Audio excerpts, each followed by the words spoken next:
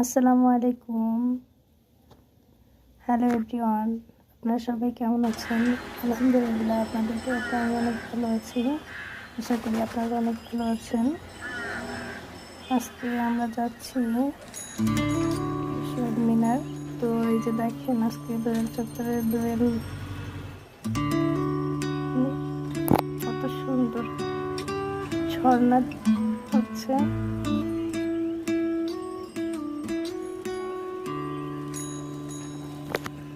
আজকে রাস্তায় অনেক যানজট।